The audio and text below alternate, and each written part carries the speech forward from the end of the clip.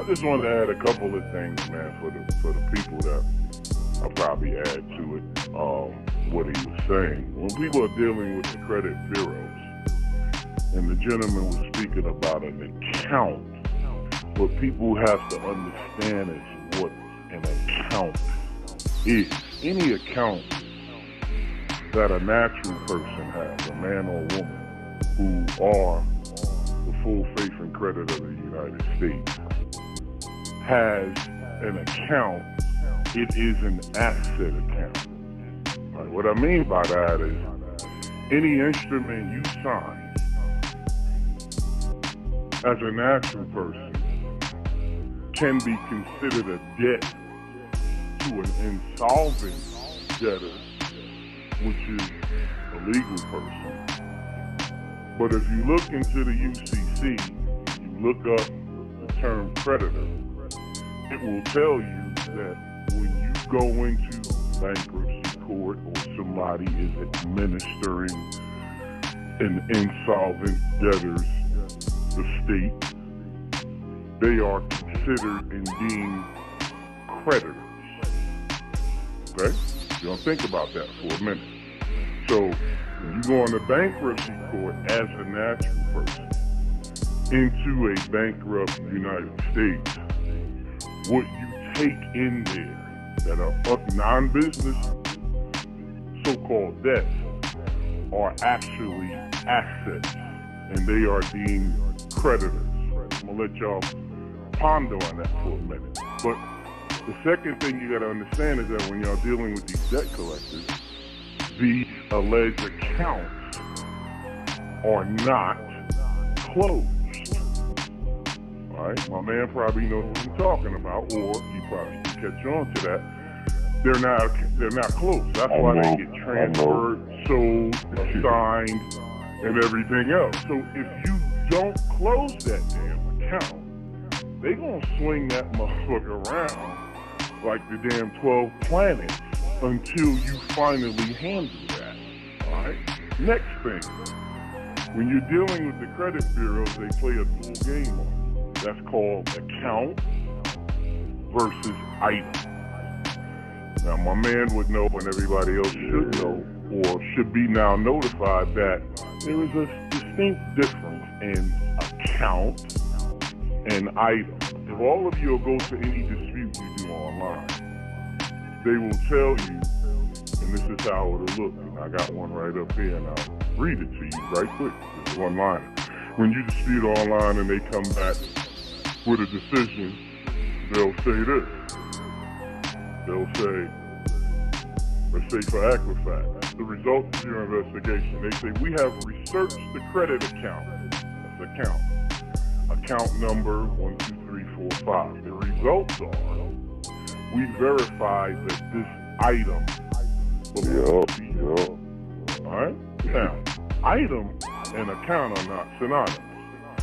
But my man Seth, he would know, if you go to UCC 4-104, that is the only place, and not within the FCRA of 1681 or 1693A, you won't find a definition of item. What an item is an instrument or promise or order to pay money handled by a bank for the collection or payment. The term does not include a payment order governed by Article 4. Okay?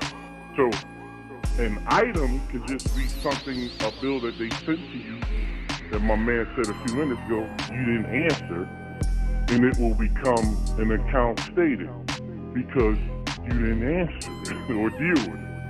So, in that, what I just read you, the credit bureaus is bullshitting every last one of you because they're saying we researched the account and we verified that the item belongs to you. You see what I'm saying?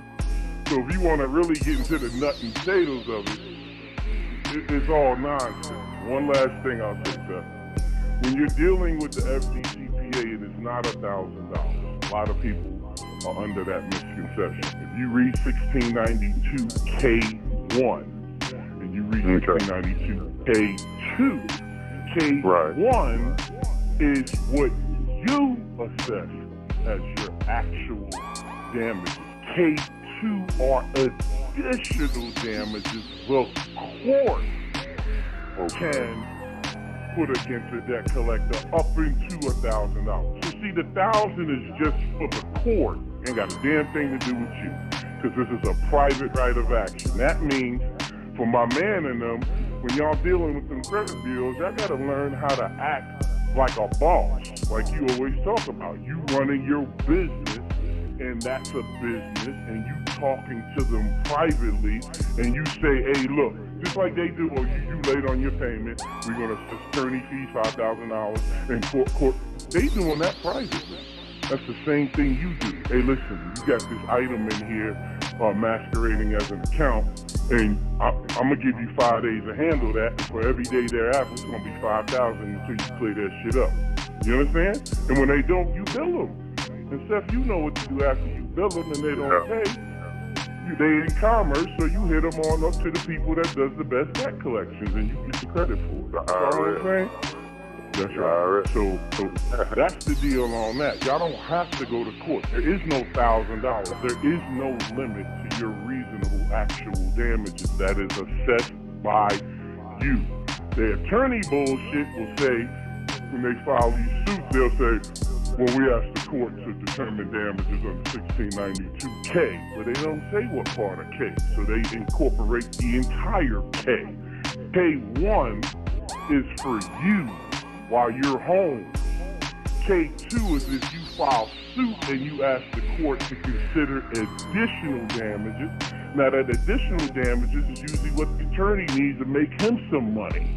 So the court will say, we're going to give you $1,000 statutory damages, or they can give you $100. Plus, we're going to give additional damages as far as, you know, willfulness, negligence, and stuff like that. And you get into KD3 and all that. You understand what I'm saying? So y'all got to think a little bit higher to not think that these particular laws, and there's only a few of them, gives you a private right of action. Private right of action means I ain't got to go to court. I'm going to hit you with this notice. Same way you do me. If you don't pay, I'm going to send you in to Seth. I might get Seth to collect from you guys because he knows UCC. Or I'm going to go ahead and put it on a proper form, send it to the IRS, and I'm done with you. You follow me?